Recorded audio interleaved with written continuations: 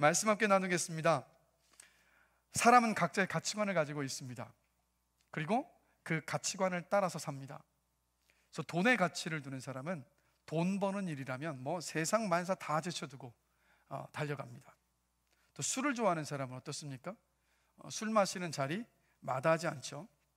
그리고 사랑을 인생에서 가장 중요하게 생각하는 사람은 사랑을 위해서라면 물불을 가리지 않습니다.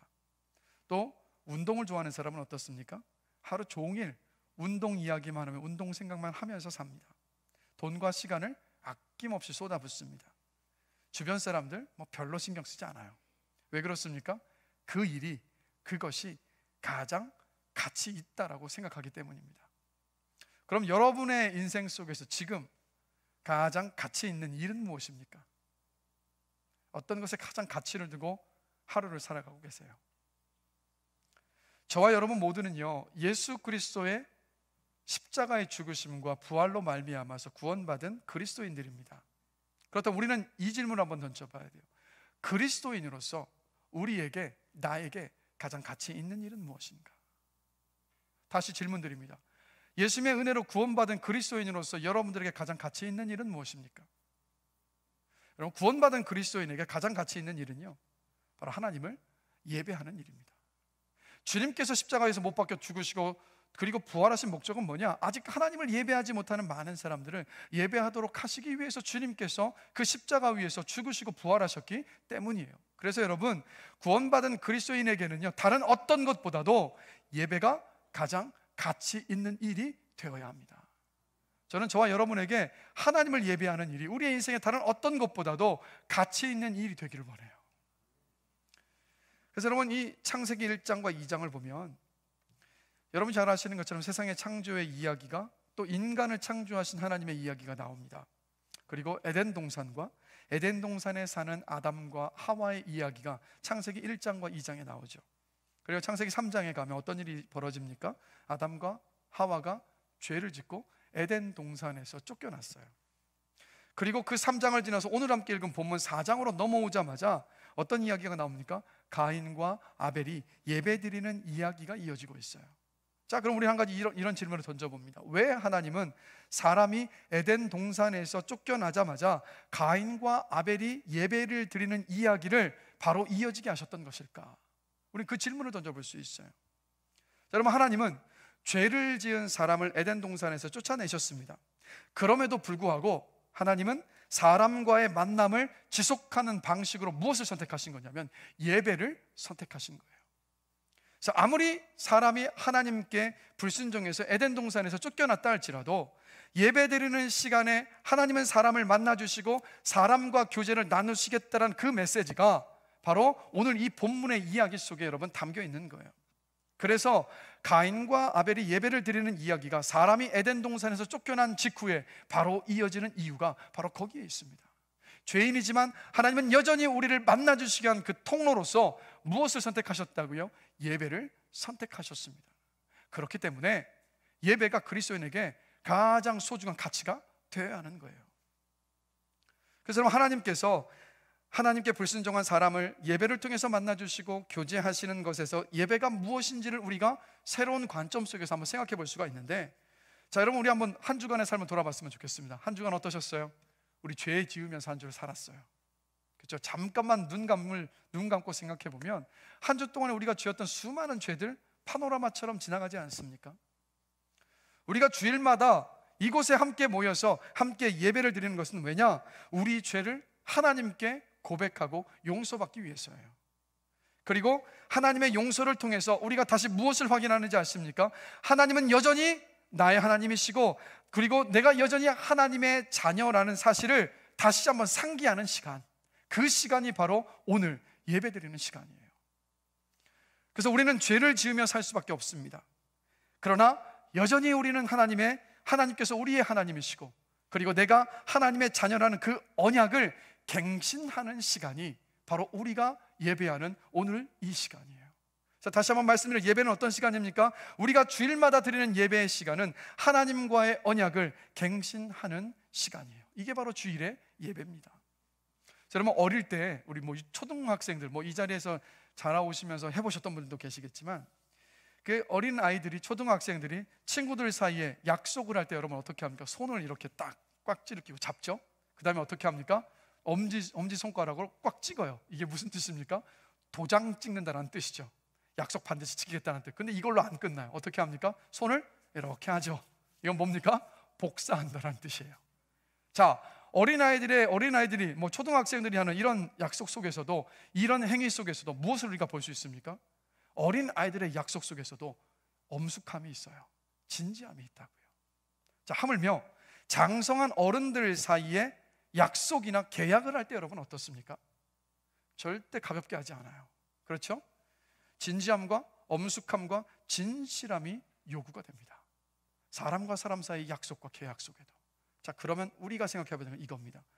하나님과 언약을 갱신하는 시간이 이 예배의 시간이라고 말씀을 드렸는데, 하나님과 언약을 갱신하는 예배의 시간은 어떠해야 될까요?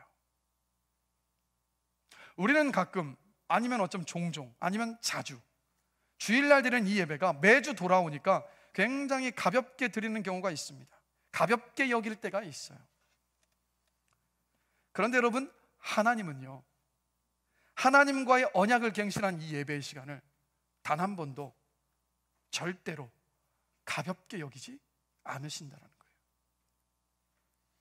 우리의 죄를 용서받고 하나님이 우리의 하나님이 되시고, 또 우리가 하나님의 자녀라는 그 언약을 갱신하는 주일의 예배를 지금 우리가 드리면서도 얼마나 진지하게, 얼마나 엄숙하게, 얼마나 진심으로 드리고 있는가, 우리 자신을 한번 점검해 봐야 돼요. 가인과 아벨의 이야기를 보면 가인의 예배와 아벨의 예배가 아주 극명하게 대조가 되는 것을 우리가 알 수 있어요. 그러니까 쉽게 요약해보면 이렇습니다. 가인의 예배는 하나님께 불합격이었습니다. 반대로 아벨의 예배는 하나님께 합격이었습니다. 그러니까 이 일을 통해서 하나님이 무엇을 우리에게 말씀하고 계시냐면, 하나님께서 어떤 예배를 기쁘게 받으시는지, 그리고 어떤 예배를 받지 않으시는지를 우리에게 알려주고 계시는 거예요. 그리고 더 나아가서 하나님께서는 이 본문의 사건을 통해서 구원받은 하나님의 자녀의 백성인 저와 여러분들이 하나님께서 기뻐하시는 예배를 드리시기를 원하시기 때문에 이 사건을 기록해 두고 계신 겁니다. 그래서 오늘 이 시간 가인의 예배와 아벨의 예배를 살펴보면서 우리가 드렸던 예배와 우리가 오늘 드리고 있는 이 예배, 그리고 앞으로 우리가 드려야 할 모든 예배가 하나님께 불합격이 되는 예배가 되는지, 아니면 합격인 예배인지, 우리가 그것을 점검해 보면서 제가 간절히 바라기는요, 우리가 드리는 모든 예배가 하나님께 합격받는 예배가 되기를 간절히 기도합니다. 그래서 오늘 말씀을 들으시면서 우리의 예배를 점검해 보는 시간이 되기를 원해요. 자, 그럼 먼저 가인의 예배는 왜 하나님께 불합격이었을까요? 첫 번째, 가인은 죄를 짓고도 회개하지 않고 예배드렸습니다. 하나님께서 가인의 예배를 받지 않으셨죠. 그러자 가인이 분을 냅니다. 분을 내는 가인에게 오늘 본문의 7절을 보면 하나님께서 이렇게 말씀하세요. 내가 선을 행하면 어찌 낯을 들지 못하겠느냐. 자, 시편 51편 17절 말씀 함께 보실까요? 우리 한 목소리로 읽겠습니다.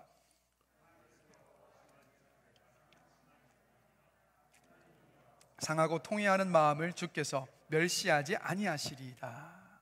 이 말씀을 통해서 보면요, 하나님은 죄를 회개하는 예배는 1000번이라도 받으십니다.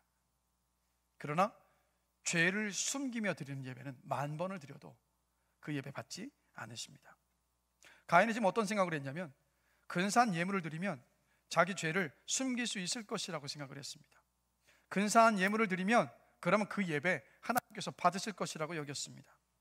그러나 하나님은요, 가인이 죄를 회개하지 않고 죄를 숨기고 드렸던 그 예배 훤히 보고 알고 계셨어요. 그래서 하나님께서 가인에게 이렇게 말씀하신 겁니다. 내가 선을 행하면 어찌 낯을 들지 못하겠느냐. 가인은 하나님께 드린 예물 뒤에 자신을 숨겼습니다. 가인은 자신의 죄를 제물 뒤에 숨길 수 있을 것이라고 착각을 했습니다. 하나님이 자신의 죄를 보시는 것이 아니라 제물을 보실 것이라고 가인은 착각했습니다. 하나님의 시선이 제물에 머물러 있어서 자신이 인정하고 회개하지 않은 그 죄를 하나님께서 보지 못하실 것이라고 생각했습니다. 그러나 이 모든 가인의 생각은 100% 착각이었어요. 하나님은 회개하지 않은 가인의 죄를 보고 계셨습니다. 그래서 여러분, 가인처럼 우리가 드리는 헌금 뒤에 우리 자신을 숨겨서는 안 돼요. 하나님은요, 우리가 드리는 헌금보다 무엇을 가장 먼저 보시는지 아십니까? 우리를 먼저 보세요. 죄를 회개하며 하나님께 예배하는 저와 여러분이 되기를 주님의 이름으로 간절히 기도합니다. 그 예배를 주님께서 받으세요. 두 번째로, 가인은 자신을 망가뜨리는 죄의 문제에서 자유롭지를 못했습니다. 7절을 다시 보시면 이렇게 말씀하고 있습니다. 빨간 글씨로 되어 있죠. 함께 읽겠습니다. 죄가 너를 원한다.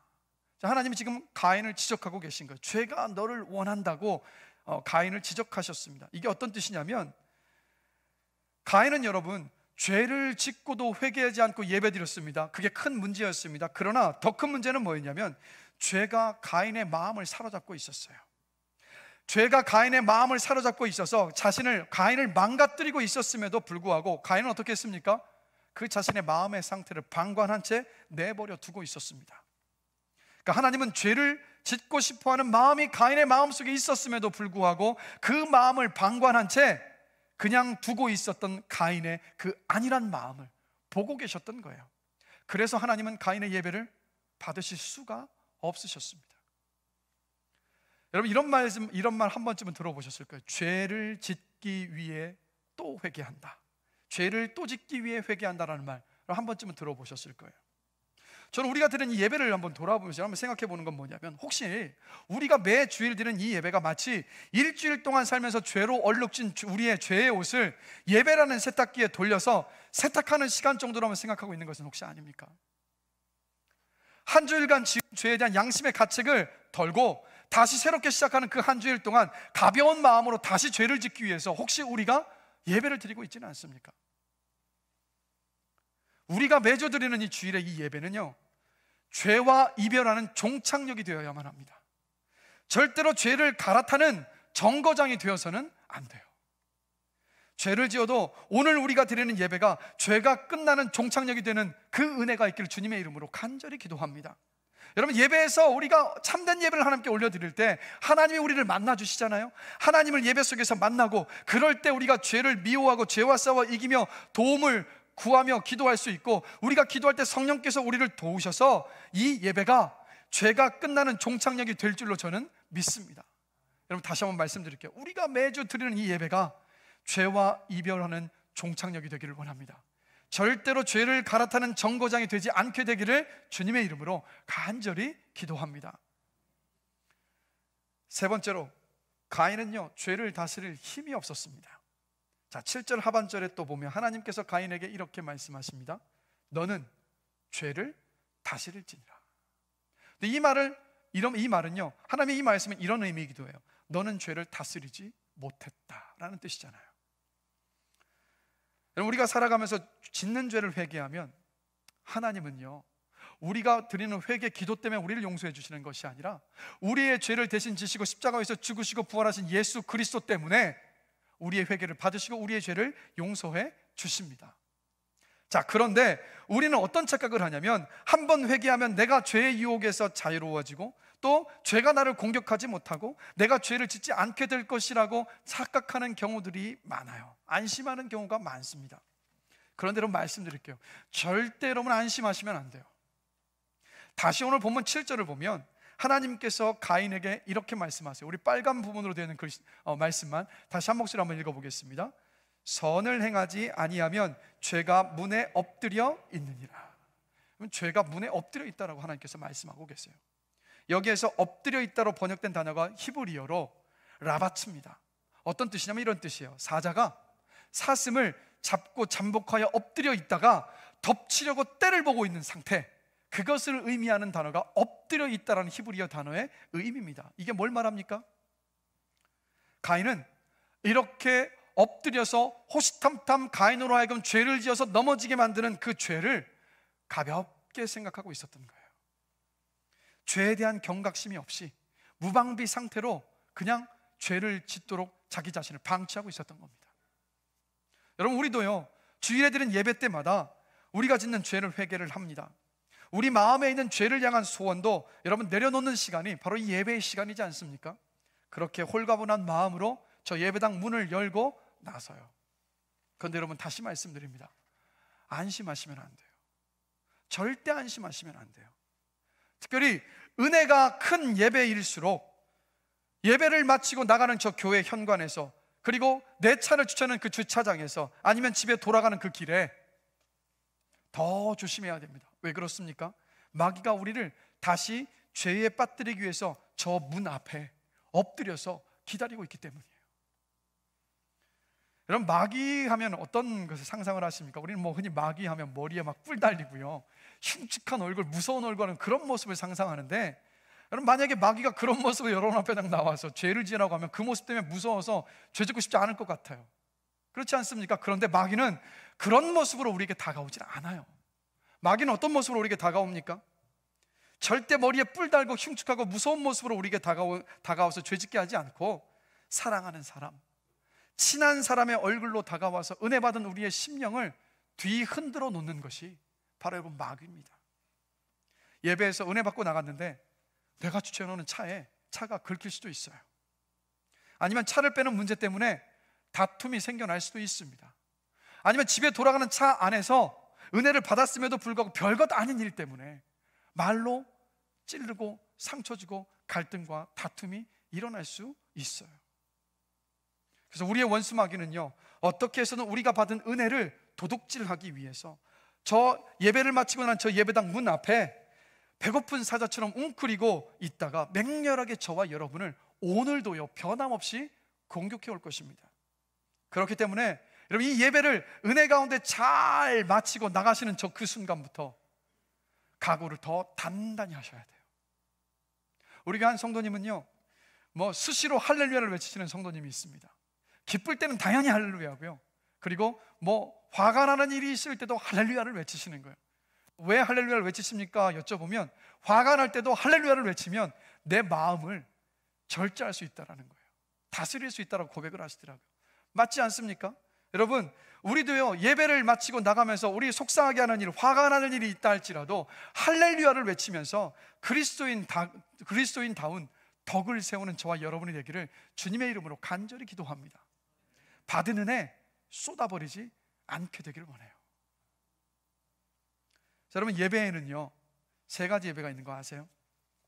예배 전 예배가 있고요, 예배 중 예배가 있고, 예배 후 예배가 있습니다. 토요일 저녁부터 옷과 주일 예배 때 입을 옷과 헌금을 미리 준비하고, 주일 예배를 위해서 기도하고, 그리고 최상의 컨디션으로 예배 드리기 위해 일찍 잠자리에 드는 예배가 바로 예배 전 예배예요. 그리고 주일날 우리 모두가 이 예배당 안에 함께 모여서 드리는 이 예배가 바로 예배 중 예배입니다. 예배 전 예배와 예배 중 예배 너무나도 중요해요. 그런데 예배에서 하나님께 부어주신 은혜를 다 쏟아버리지 않고, 예배에서 받은 그 은혜를 담고 그 은혜로 사는 예배 후 예배가 여러분 더 중요합니다. 여러분, 예배에서 받은 은혜를 쏟아버리지 않는 예배 후 예배를 잘 드리는 우리 모두가 되기를 주님의 이름으로 간절히 축원합니다. 그러니까 한 주 주일의 예배 속에서 받았던 그 은혜를 붙잡고 한 주를 살아가는 그 사람이 정말 참 예배자예요. 저는 주일에 드렸던 이 예배 시간에 드렸던 메시지와 우리가 받았던 모든 은혜가 예배가 마치자마자 마치 휘발유가 휘발돼서 사라지는 것처럼 저 예배당 문을 나서자마자 까마득히 다 잊어버리는 것이 아니라, 오늘 받은 예배 속에서 받은 그 은혜를 담고 한 주 동안 그 은혜로 살 수 있게 되기를 다시 한번 주님의 이름으로 간절히 축원합니다. 그래야 승리하며 살 수 있어요. 그래야 믿음의 사람으로 살 수 있어요. 이 험난하고 어려운 이 시대 속에서 용기와 담대함을 가지고 승리하며 살 수 있을 줄로 저는 확신합니다. 예배 후 예배에서 승리하신 여러분 되시기를 다시 한번 주님의 이름으로 축복합니다. 자, 그러면 이렇게 가인의 예배와 아벨의 예배를 우리가 살펴봤는데, 그럼 우리 한번 질문을 던져보기를 원합니다. 우리 스스로에게 내가 드렸던 예배와 오늘 드리고 있는 이 예배는 어떤 예배인가 우리 다시 한번 점검해 보기를 원해요. 다시 한번 돌아보기를 원해요. 그리고 이어서 아벨의 예배를 한번 생각해 보겠습니다. 자, 아벨의 예배는 하나님께서 왜 기쁘게 받으셨을까? 두 가지 이유가 있습니다. 먼저는요, 아벨은 차원이 다른 예물을 하나님께 드렸습니다. 자, 3절과 4절 말씀 한 목소리로 한번 읽겠습니다. 세월이 지난 후에 가인은 땅의 소산으로 제물을 삼아 그 기름으로 드렸더니 여호와께서 아벨과 그의 제물은 받으셨으나. 이 말씀을 두고 어떤 분들은 종종 하나님은 동물의 제물을 받으시기 때문에 곡물을 드린 가인의 제물을 받지 않으셨다라고 종종 이야기하는데, 사실 그러나 창세기 속 그 어느 곳에서 하나님께서 동물의 제물만 받으신다는 말씀 나오지 않아요. 그리고 더 시간이 흐른 레위기를 보시더라도 이스라엘 백성들 하나님께 제물로 드렸던 제물 가운데 뭐가 있었냐면 곡물 제물도 있었다라는 거예요. 그게 이유가 아니에요. 오늘 본문의 이 3절과 4절 말씀을 유심히 살펴보면 하나님께서 가인의 예배는 받지 않으시고 아벨의 예배를 받으신 이유가 있습니다. 가인과 아벨이 드린 예물에 분명한 차이가 있어요. 뭐라고 말씀하고 있냐? 말씀 그대로 띄워주시겠어요? 3절과 4절. 가인은 땅의 소산으로 제물을 삼아라고 말씀하고 있습니다. 자, 근데 이 말씀을 영어 성경으로 보면 분명하게 알 수가 있어요. 뭐라고 말씀하고 있습니까? 가인 brought some of the fruits of the soil이라고 되어 있어요. 자, 이게 무슨 뜻입니까? 가인은 자신이 경작한 농작물 가운데 얼마를 가져와서 하나님께 예물로 드렸습니다. 이게 무슨 뜻이냐면 가인은 하나님께 드릴 예물을 구별하지 않았어요. 그러니까 농작물들을 수확을 했습니다. 그리고 예배 때가 됐는데 그냥 손에 잡히는 대로 한 움큼 쥐고 와서 그것을 하나님께 드렸던 거예요. 그래서 하나님께서 가인의 제물을 받지 않으셨습니다. 자, 반대로 그러면 아벨은 어땠을까? 아벨은 어떻게 예물을 드렸습니까? 같이 읽겠습니다. 아벨은 양의 첫 새끼와 그 기름으로 드렸더니. 자, 영어 성경을 보면 아벨이 드렸던 예물에 대해서 이렇게 말씀합니다. Fat portions from the sum of the firstborn of his flock이라고 이야기하고 있어요. 이게 무슨 뜻입니까? 아벨은 자신이 이 양을 치는 목자였는데 처음 난 양의 새끼들 가운데에서 가장 살찐 것, 그것을 하나님께 구별해서 드렸던 거예요.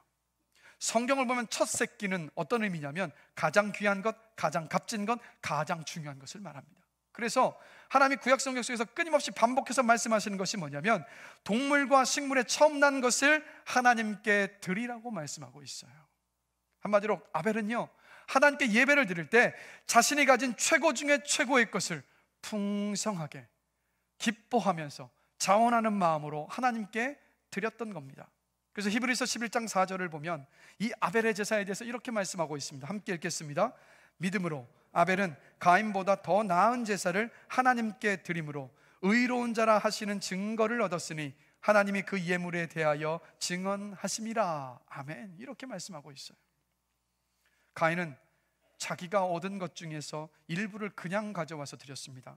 반대로 아벨은 가장 좋은 것을 신중하게 구별해서 풍성하게 정성스럽게 하나님께 드렸습니다. 아벨은 자신의 예배를 받으신 하나님의 가치를 인정했어요. 그 가치에 맞게 아벨은 하나님께 예물을 드렸던 겁니다. 여러분, 우리가 함부로 남는 것을 누군가에게 주면 우리가 함부로 남는 것을 받는 그분이 그 정도밖에 되지 않는다는 것을 의미해요. 반대로 귀한 것을 우리가 누군가에게 드렸다면 내 귀한 것을 받는 그분이 귀하다는 고백과도 같지 않습니까? 아벨이 드린 최고의 풍성한 예물은 무엇을 담고 있고 무엇을 보여주냐? 아벨의 신앙과 인격과 삶을 여러분 보여주고 있었던 거예요. 아벨의 예배와 예물은 하나님을 하나님 되게 하는 최고의 대접이었습니다. 그리고 아벨의 이 예배와 이 예물이 하나님의 마음을 감동하게 했어요. 그래서 하나님은 아벨의 예배를 기쁘게 받으셨던 겁니다. 여러분, 질문 드릴게요. 오늘 이 예배 자리에 오시면서 이 예배를 얼마나 준비하셨습니까? 구약 성경을 보면요, 이스라엘 백성들이 하나님 앞에 나와서 예배를 할 때 그들은 3일을 준비해야 됐습니다. 왜 그렇습니까? 거룩하신 하나님께 드리는 예배였기 때문에, 하나님을 기쁘시게 하는 예배였기 때문입니다. 예배를 영어로 뭐라고 표현하냐면 서비스라고 표현합니다.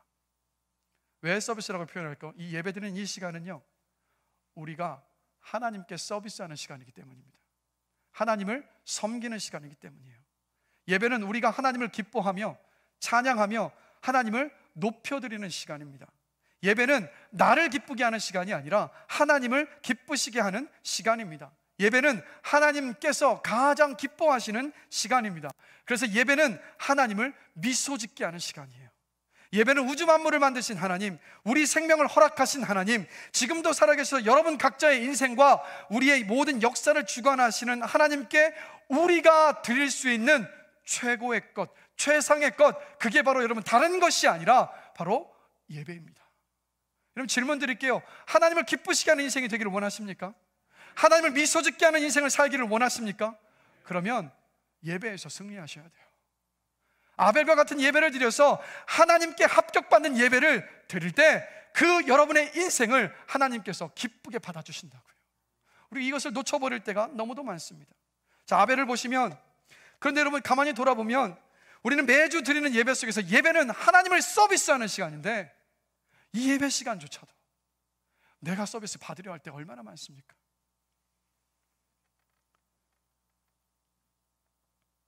여러분, 우리는 매주 드리는 예배 때마다 이런 내가 서비스 받거든 이런 마음을 가질 때가 많아요. 예배당 안에 조금 덥거나 추우면, 내가 앉는 자리가 불편하면, 내가 익숙한 찬양을 부르지 않으면, 내가 원하는 메시지가 전해지지 않으면, 예배 시간이 조금이라도 길어지면 우리 뭐라고 이야기합니까?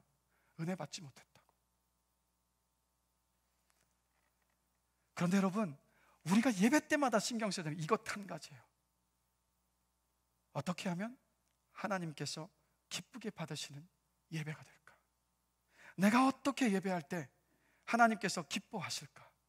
우리 그것만 신경 쓰면서 예배를 드려야 되는 줄 저는 믿습니다. 그럼 그러한 예배자들이 되시기를 주님의 이름으로 간절히 축원합니다. 여러분, 아벨은 가장 좋은 것을 신중하게 구별해서 풍성하게 정성스럽게 드렸습니다. 이 말은 다른 말로 표현하면 아벨은요, 하나님께 열정적으로 예배했던 거예요. 열심과 열정을 가지고 예배했습니다. 그럼 우리 자신 한번 또 점검해 봤으면 좋겠어요. 오늘 찬양을 부르는 것부터 우리 예배가 시작이 됐는데, 찬양을 부를 때 열정적으로 부르셨습니까? 아니면 아무 느낌 없이 불러야 되는 시간이니까 무덤덤하게 부르셨습니까?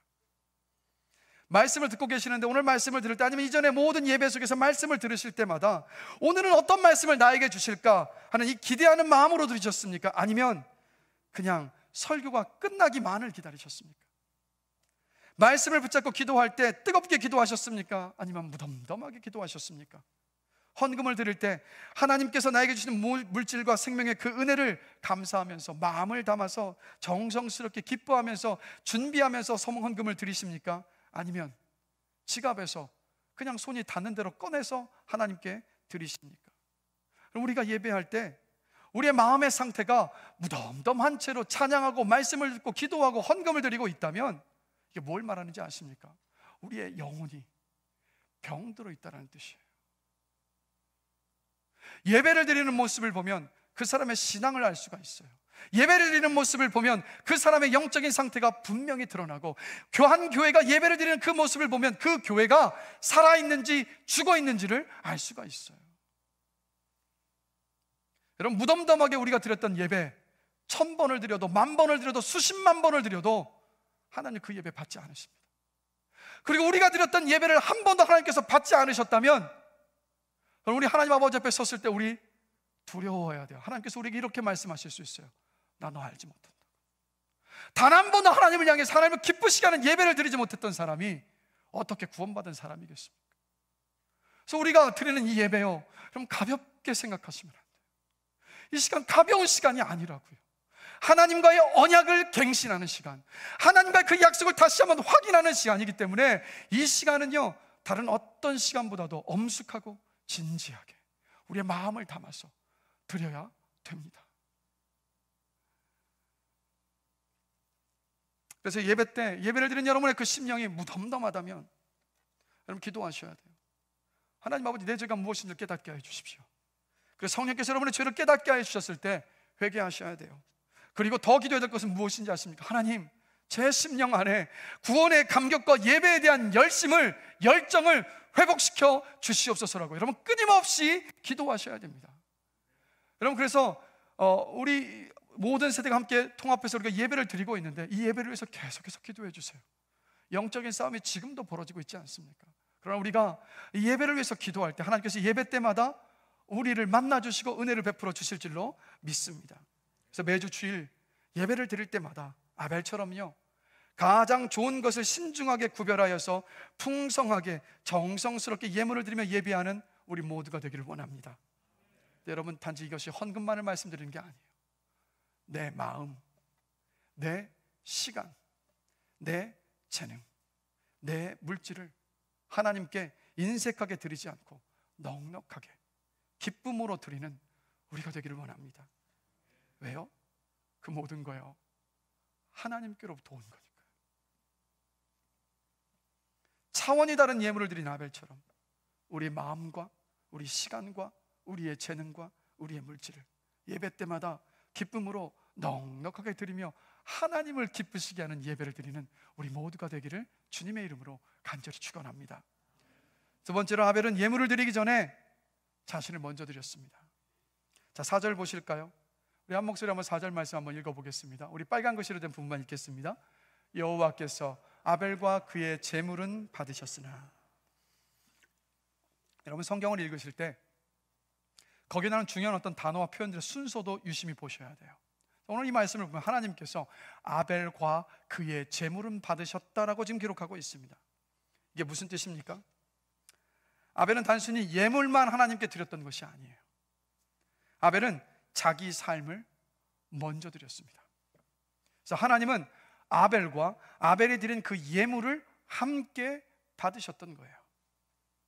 여러분, 주일에 드리는 우리 이 예배 속에서 잘 준비된 예물을 드리는 것 너무나도 중요합니다. 그런데 그것보다도 먼저 우리가 준비해야 되는 것이 뭐냐면 우리의 삶을 잘 준비해야 돼요. 우리가 드리는 예물 뒤에 내 존재를 숨겨서는 안 됩니다. 하나님은 예물만 받으시는 분이 아니에요. 예물에 앞서서 내가 하나님께 온전히 드릴 만한 산 제물이 먼저 되어야 됩니다. 로마서 12장 1절 말씀 함께 읽어보실까요? 우리 함께 한 목소리 한번 읽어보겠습니다. 그러므로 형제들아, 내가 하나님의 모든 자비하심으로 너희를 권하노니 너희 몸을 하나님이 기뻐하시는 산 제물로 드리라. 이는 너희가 드릴 영적 예배니라. 아멘. 여러분, 우리의 영과 혼과 육이 온전하게 준비되어져서 정성스럽게 준비한 예물과 함께 잘 준비된 예배를 드릴 때, 그때 하나님은 우리의 예배를 기쁘게 받으십니다. 그 예배가 하나님께 합격받는 예배예요. 그렇기 때문에 그리스도인은요, 주일을 예배하기 위해서 일주일을 삽니다. 그리고 일주일을 살기 위해서 주일 하루를 하나님께 온전히 드리며 예배하는 거예요. 다시 말씀드릴게요. 그리스도인은 예배하기 위해서 일주일을 살고, 그리고 일주일을 살기 위해서 주일 하루를 온전히 하나님께 예배합니다. 저와 여러분들이 그러한 그리스도인이 되기를 원해요. 그러면 이렇게 가인의 예배와 아벨의 예배를 살펴봤는데, 진지하게 우리 자신에게 질문을 던지면서 함께 살펴봤으면 좋겠습니다. 내가 드렸던 예배와 오늘 드리고 있는 이 예배는 가인의 예배처럼 하나님께 불합격입니까? 아니면 아벨의 예배처럼 하나님께 합격입니까? 여러분, 이거 다시 한번 말씀드릴게요. 내가 예배 속에서 어떤 만족을 얻느냐가 중요한 게 아니라 그 예배가 하나님께 합격이냐 불합격이냐가 더 중요한 문제라고요. 하나님께서 내가 드리는 예배를 받으셨느냐 받지 않으셨느냐가, 그것만이 유일하게 우리가 고민해야 될 것이라고요. 그래서 하나님께 드리는 예배 앞에 가인 따로 있고 아벨 따로 있는 게 아닙니다. 우린 예배드리게 성전에 올 때 가인이 될 수도 있고 아벨이 될 수도 있어요. 어제 가인이었던 내가 오늘 아벨로 바뀌어서 주 앞에 예배를 드릴 때 신령과 진정으로 예배할 수도 있습니다. 근데 반대로 어제 아벨이었는데 내 삶의 예배가 다 무너져서 주일에 예배하러 왔는데 가인이 되어져서 가인처럼 주님 앞에 예배를 드릴 수도 있는 거예요. 근데 제가 간절히 바라는 것은 뭐냐면, 무슨 일이 있어도요, 우리가 예배를 드릴 때마다 아벨이 돼서 하나님께 예배하는 저와 여러분이 되기를 원합니다.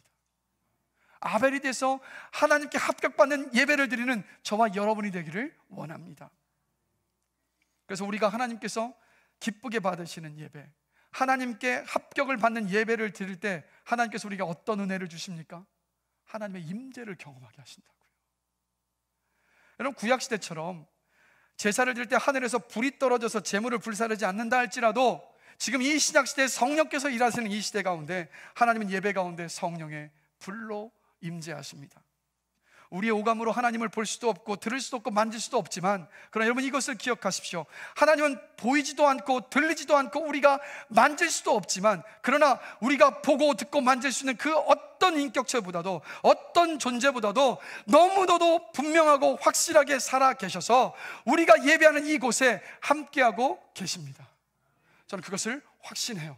그것을 믿습니다. 오늘 이 예배 가운데 하나님께서 우리 가운데 함께하고 계신다라는 거예요. 그래서 우리가 하나님을 높이며 기뻐하며 찬양할 때 우리의 입술로 하나님은 위대하십니다, 하나님은 선하십니다, 하나님의 인자하심은 영원하십니다, 하나님을 의지합니다, 하나님을 사랑합니다라는 고백이 우리의 입술에서 터져나올 때, 그때 하나님께서 임재하신 거예요. 선포되는 말씀이 나에게 하시는 말씀으로 들리고 깨달아집니다. 말씀이 기쁨과 만족과 소망을 내 안에 채워줍니다. 말씀대로 살고 싶은 강렬한 소망이 내 안에서 일어납니다. 이럴 때 하나님께서 임재하신 거예요. 말씀 붙잡고 기도할 때 하나님께서 내 아픔을 어루만져 주시고 내 상처를, 아픔을 치유해 주십니다. 세상과 현실과 상황만 바라보면서 근심과 걱정과 염려에 쌓여 있었던 나였는데, 말씀 붙잡고 예배 가운데 하나님께 기도하는 중에 하나님께 내 모든 근심과 염려를 맡깁니다. 근심과 걱정과 염려가 확신과 믿음과 소망과 담대함으로 바뀔 때, 이때 하나님께서 임재하신 거예요. 예배 때 무엇을 바라십니까? 우리가 예배 때 간절히 바라야 되는 건 딱 한 가지예요. 하나님의 임재를 사모하는 것. 하나님의 임재를 사모하는 것. 그리고 오늘 본문을 보면 하나님께서 아벨과 그의 제물을 받으셨다라고 말씀하고 있습니다. 이 받으셨다라는 히브리어 단어는 두 가지 이중적인 의미를 가지고 있는데, 기쁘게 받다라는 의미와 둘러보다 살피다라는 의미를 가지고 있어요. 자, 그럼 이게 무슨 뜻일까? 우리가 드린 예배를 기쁘게 받으시는 하나님은 예배만 받고 끝내시는 분이 아닙니다. 예배를 기쁘게 받으셨으면 하나님을 기쁘게 하는 그 예배를 드린 그 예배자, 그 예배자의 삶을 두루 살피시고 보호해 주십니다. 지난 2주 동안요, 비대면으로 온라인으로 예배를 드리면서 이런 고백들을 성도님들께서 많이 하시더라고요. 함께 모여 예배를 드리지 못하니 삶이 나태해지고 흔들리는 것 같습니다. 내 심령이 메마르는 것 같아요. 이런 고백들을 하시더라고요. 이게 뭘 말하는지 아십니까? 우리가 한 주일을요, 나에게 주어진 삶을 성실하게 최선을 다해서 소망과 기쁨을 가지고 살았다면 왜 그런 삶을 살 수 있는지 아십니까?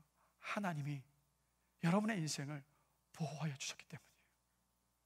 여러분, 어떤 인생을 하나님께서 보호해 주시냐면, 하나님을 기쁘시게 하는 예배를 드리는 그 예배자의 삶을 하나님은 보호하여 주십니다. 그 인생을 책임져 주십니다.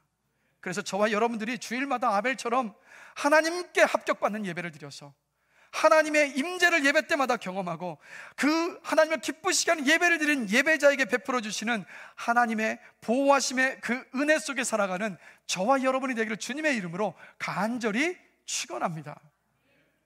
말씀을 마무리하겠습니다.